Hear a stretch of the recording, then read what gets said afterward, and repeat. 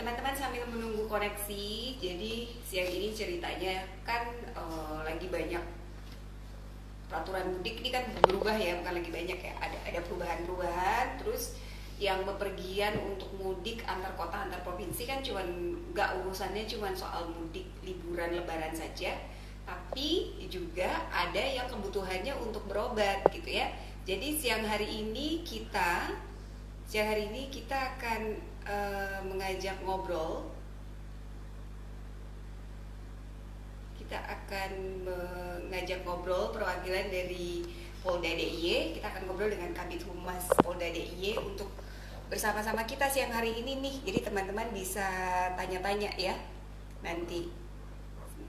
Siang hari ini sudah standby, bersiap-siap bergabung bersama kita Bapak Yulianto SIK MSC ya dari Kabid Humas Polda. Silakan teman-teman siapkan pertanyaannya. Kemarin banget soalnya yang japri-japri. Selamat siang Pak Yulianto. Selamat siang. Apa kabar? Baik. Suara saya gimana? Alhamdulillah Pak, kencang, jelas, lancar, lantang ya. Baik, Pak Yulianto, perkenalkan saya Ian Sofyan, perwakilan founder dari Sahabat Cemplu. Kami adalah komunitas lupus Pak, salah satu jenis penyakit autoimun ya. Jadi anggota-anggota komunitas kami itu setiap kali ada peraturan PSBB dan lain-lain itu selalu panik dengan bagaimana sih caranya, bagaimana nasib kita nih yang berobat di masa-masa PSBB itu Pak, gitu kan selalu pertanyaannya. Ya. Baik, teman-teman silakan yang mau bertanya boleh langsung ikut bertanya ya. Tetapi sebelum kita sampai ke pertanyaan-pertanyaan teman-teman komunitas yang sudah banyak terkumpul di sini, pertama sekali mungkin dari Pak Yulianto, monggo silakan boleh memberikan informasi paling mutakhir dari Info Mudik 2021. Monggo Pak, silakan. Oke, selamat siang sahabat Cemplu semuanya, dimanapun Anda berada yang bisa mengikuti channel IG-nya Sahabat Cemplu, gitu ya Mbak ya? Ya. Ya, ini kan tradisi di Indonesia ini, kalau Lebaran mudik, atau kalau Natalan juga mudik, ya kan gitu. Nah, sudah 2 tahun ini nih kita nggak ada acara mudik, ya sudah 2 tahun ini. Tahun lalu 2020 juga nggak ada acara mudik karena memang 2020 itu kan kita mulai rame pandemi itu kan di bulan Maret, kemudian bulan Mei itu kira-kira kan kita Lebaran 2020. Itu larangan mudik diberlakukan oleh pemerintah. Nah, tahun ini 2021 juga karena memang pandeminya belum berakhir dan tingkat penularan COVID ini juga masih ada, maka pemerintah juga mengambil kebijakan untuk tahun ini tidak ada mudik, ya tidak ada mudik. Ada surat edaran dari Satgas Satuan Tugas Penanganan COVID-19, yakni surat edaran nomor 13 tahun 2001 tentang peniadaan mudik Hari Raya Idul Fitri tahun 1442 Hijriah. Ya. Jadi yang namanya mudik itu di surat edaran ini adalah perjalanan orang selama bulan puasa, itu disebut mudik dari tempat selama ini dia bekerja ke arah kampung halamannya. Kalau misalnya orang Jakarta tinggal di Jogja, kemudian kampungnya di Jakarta, dia pulang ke Jakarta, itu namanya mudik juga, walaupun itu ke ibu kota. Artinya mudik itu bukan saja ke kampung ya, ke desa-desa, tidak, tetapi ya perjalanan ke kampung halamannya, ke tempat dia selama ini dilahirkan atau menjadi tempat tinggalnya. Orang Jogja yang tinggal di Jakarta misalnya, kalau dia mau pulang ke Jogja selama musim puasa ini, sama bulan Ramadan ini, ya itu dikatakan mudik. Nah, itu dilarang. Nah, efektif berlakunya surat edaran ini di awalnya kan hanya berlaku pada periode tanggal 6 sampai 17 Mei. Ini yang surat edaran nomor 13. Tetapi kemudian karena banyak pertimbangan sehingga ada adendum surat edaran tersebut. Yang awalnya hanya mulai tanggal 6 sampai dengan 17 Mei, maka kemudian diberlakukan mulai tanggal 22 April sampai dengan 24 Mei. Baik. Jadi selama dari tanggal 22 April sampai 5 Mei, sampai dengan 24 Mei, itu tidak ada mudik, tidak ada perjalanan. Tidak ada perjalanan. Ya, baik Pak. Berarti saya ulangi lagi, peraturannya 22 April sampai 25 Mei tidak boleh ada perpindahan perjalanan ya, antar kota, antar provinsi. Setiap perpindahan manusia dari satu tempat ke tempat yang lain itu kita sebut di masa Ramadan sampai menjelang Ramadan ini adalah masa Ramadan sampai menjelang puasa sampai akhir puasa yang sudah ditentukan itu disebut mudik gitu ya Pak ya? Betul ya? Oke. Nah, kemudian pertanyaan dari kebanyakan teman-teman di komunitas kami yang adalah punya jadwal rutin harus berobat di rumah sakit begitu, dan itu sudah ditentukan di mana mereka bisa jadi ada obat-obatan yang tidak boleh putus atau ada perawatan yang lain di masa-masa ini nih Pak, dengan kondisi khusus seperti itu. Kemudian bagaimana nih Pak peraturannya? Iya, itu tentu ada perkecualian. Jadi di dalam surat edaran itu di poin huruf G angka 2 itu saya bacakan nih supaya teman-teman semua bisa mendengar nih. Perjalanan orang selama bulan suci Ramadan dan Idul Fitri tahun 1442 Hijriah dikecualikan bagi kendaraan pelayanan distribusi logistik dan pelaku perjalanan dengan keperluan mendesak untuk kepentingan non-mudik, ya, kepentingan mudik, yaitu bekerja atau perjalanan dinas, kemudian kunjungan keluarga sakit, kemudian kunjungan duka anggota keluarga meninggal, kemudian ibu hamil yang didampingi oleh 1 orang anggota keluarga, kemudian kepentingan persalinan yang didampingi maksimal 2 orang. Itu adalah perkecualian, artinya selama jangka waktu dari tanggal 22 sampai dengan 24 Mei tadi, 22 April sampai dengan 24 Mei tadi, bagi yang masuk kategori itu boleh-boleh saja Mbak. Oke, baik. Bapak, teman-teman kalau berangkat ke Jogja untuk berobat itu kan ada yang menggunakan kendaraan umum, ada yang menggunakan ambulans, yang kita sebut ambulans biasanya diselenggarakan oleh teman-teman organisasi sosial, begitu ya Pak ya? Yang pertama dulu deh, kalau misalnya menggunakan kendaraan pribadi, begitu ya, di situ ada pasien, ada ibu, ada ayah, begitu. Surat-surat apakah saja yang dibutuhkan? Karena biasanya kan memang kalau pasien ada semacam surat pengantar untuk periksa ke rumah sakit untuk kontrol ya Pak ya. Tapi kalau keluarga kan tidak nih. Nah itu bagaimana Pak? Apakah berarti keluarga harus juga rapid atau PCR atau bagaimana? Ya, ini ada di dalam adendum surat edaran Satgas itu tentang peraturan atau persyaratan perjalanan. Misalnya begini, perjalanan yang menggunakan transport, saya urutkan saja ya Mbak ya. Jadi yang pertama itu perjalanan transportasi udara, kemudian laut, transportasi laut, kemudian transportasi penyeberangan laut dengan penyeberangan itu yang antar pulau yang kecil-kecil lah. Kalau laut itu kan yang misalnya dari Papua ke Surabaya itu kan laut. Tapi kalau penyeberangan itu katakanlah pulau kecil ke pulau kecil. Nah, dari Bali ke Jawa misalnya gitu ya. Ya, ketentuan di situ pelaku perjalanan, jadi orang yang akan berjalan menggunakan transportasi udara, transportasi laut, maupun penyeberangan laut, itu wajib menunjukkan surat keterangan hasil negatif tes, rapid test, PCR, atau rapid test antigen, yang Oke. sampelnya itu diambil dalam kurun waktu maksimal 1 kali 24 jam. Jadi misalnya hari ini mau berangkat, atau misalnya katakanlah pagi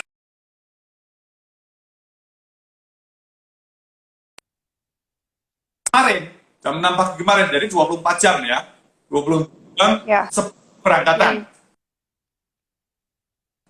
Ya, itu eh, wajib menunjukkan keterangan hasil negatif tesnya.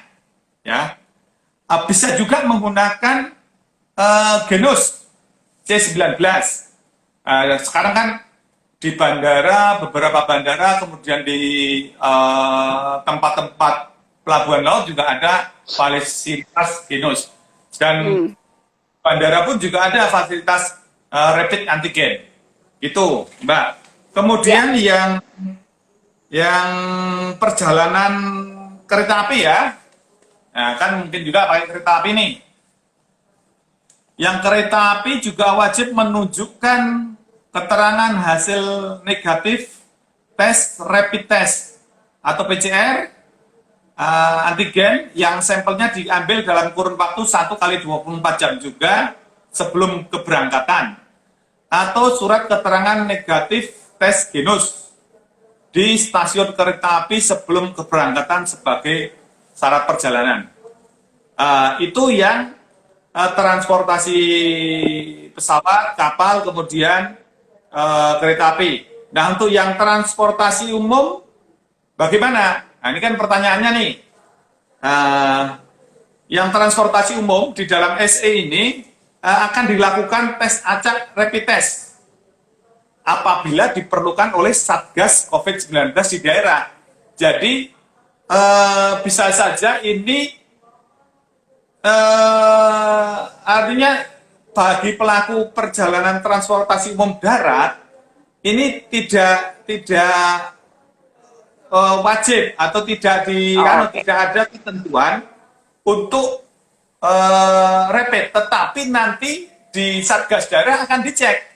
Jadi daripada ketika misalnya dari Jakarta nih mau ke Jogja, kemudian daripada apes sampai Jogja dicek, mendingan dari Jakarta sudah ada kan gitu. Berarti untuk pasien kami, misalnya mereka sudah membawa surat pengantar gitu, untuk pasiennya juga harus pasien kemudian diantarkan oleh ayah ibunya, karena kan hampir 90% pasien kami yang berobat di Sarjito itu justru posisinya tinggalnya di luar Jogja kan ya Pak, gitu. Ya. Nah itu berarti mereka semua pada saat mau berobat, walaupun sudah membawa surat ini tetap harus dengan rapid PCR tadi ya Pak ya? Apakah cukup dengan misalnya surat keterangan jalan SIKM atau seperti itu, Pak? Kalau SIKM ini kan SIKM itu kan diberlakukan oleh pemerintah daerah Jakarta. Di daerah lain kan tidak memerlukan ya? SIKM. Jadi SIKM kita hanya surat izin keluar masuk wilayah Jabodetabek. Gunanya kan ketika orang keluar dari Jakarta, maka dia bisa kembali lagi ke Jakarta dengan SIKM. Kalau tidak ada SIKM kan keluar mungkin boleh, bisa, masuknya nggak boleh, kan susah itu nantinya. Nah, tidak ada kan semacam surat jalan Pak untuk teman-teman begitu untuk memudahkan ketika mau periksa ke rumah sakit untuk kontrol? Itu ada, jadi bagi di dalam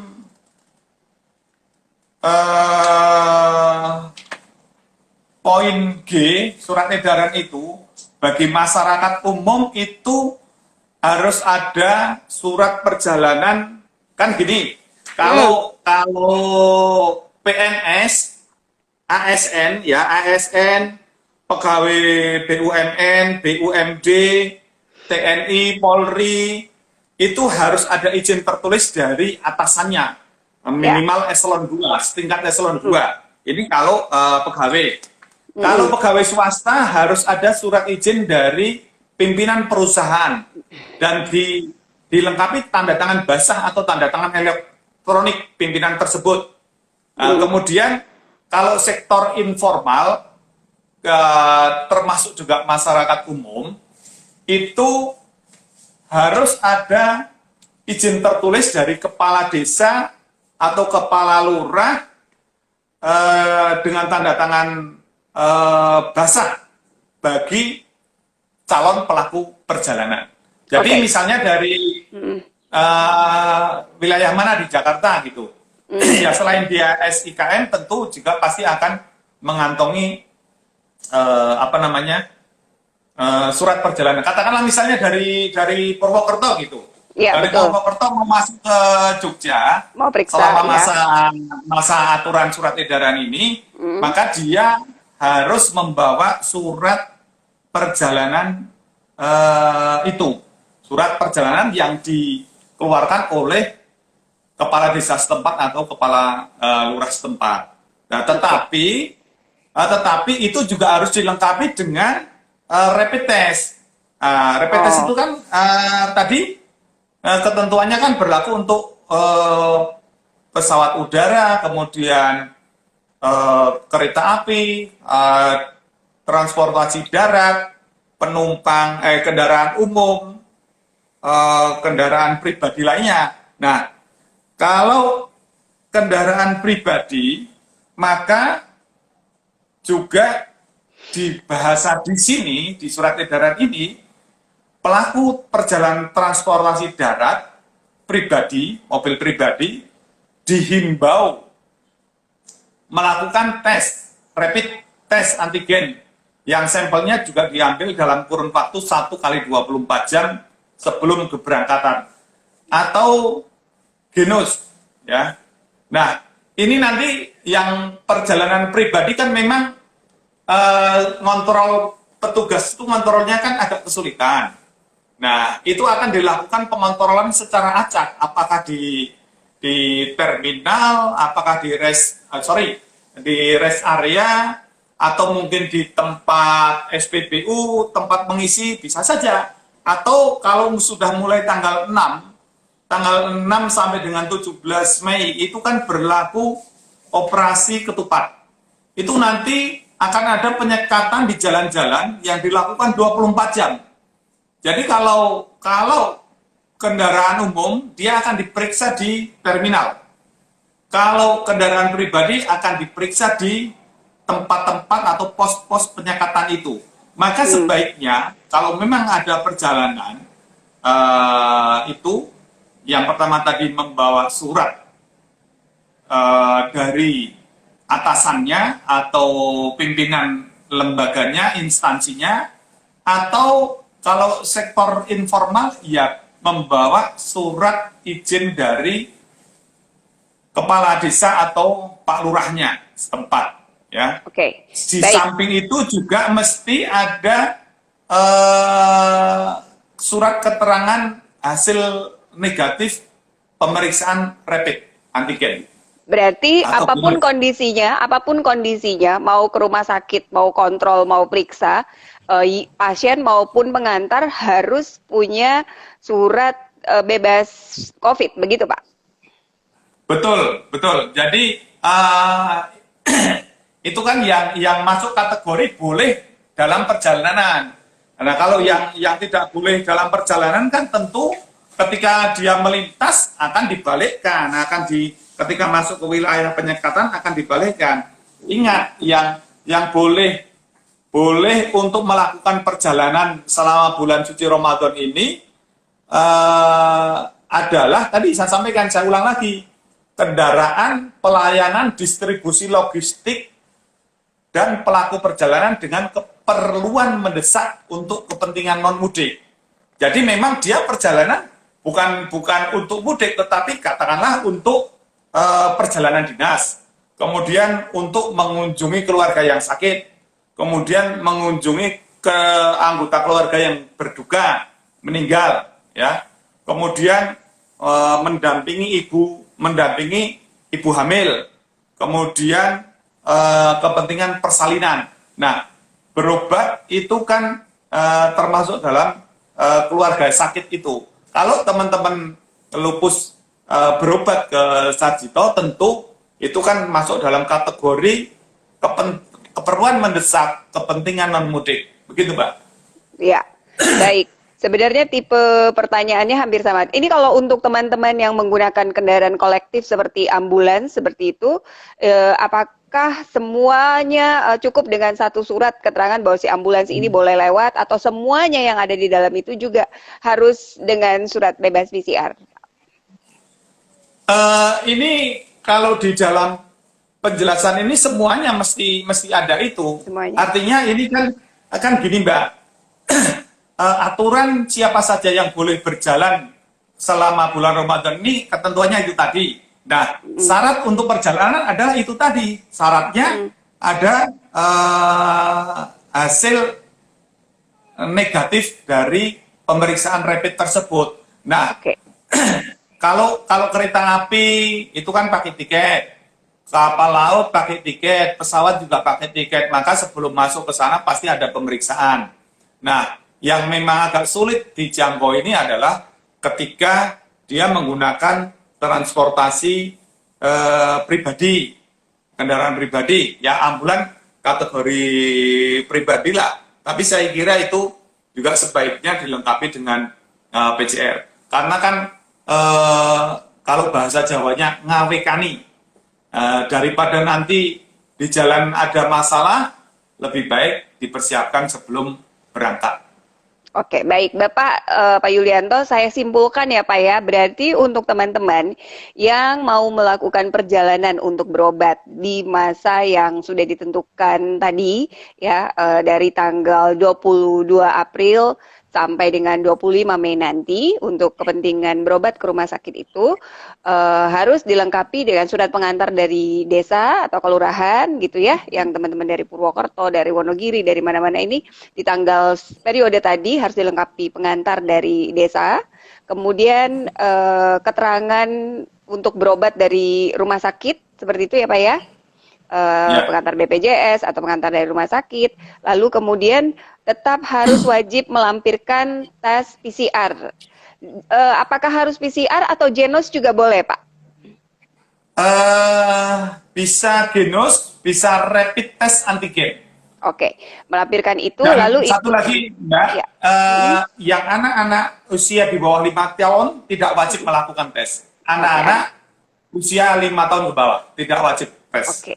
Oke, baik. Ini adalah untuk kondisi yang misalnya periksa dengan catatan tanggal yang sudah ditentukan ya Pak. Kalau yang kondisi darurat tiba-tiba gimana Pak? Yang tanpa schedule. Itu mungkin kan nggak sempet tuh. Saya kira yang schedule, yang tanpa schedule, yang darurat, saya kira pasti petugas di jalanan juga akan bisa memaklumi. Baik Pak Yulianto, terima kasih banyak untuk waktunya, untuk ngobrol-ngobrolnya. Teman-teman, mudah-mudahan obrolan siang hari ini bisa menjawab teman-teman yang setiap hari kirim pesan ke Sahabat Cemplu, ke media. Mudah-mudahan bisa menjelaskan begitu ya. Nanti kalau misalnya masih ada pertanyaan bisa langsung DM ke IG Polda DIY, boleh ya Pak Yulianto ya? Boleh. Baik. Terima kasih Bapak. Selamat siang, selamat kembali bertugas. Terima kasih, selamat siang.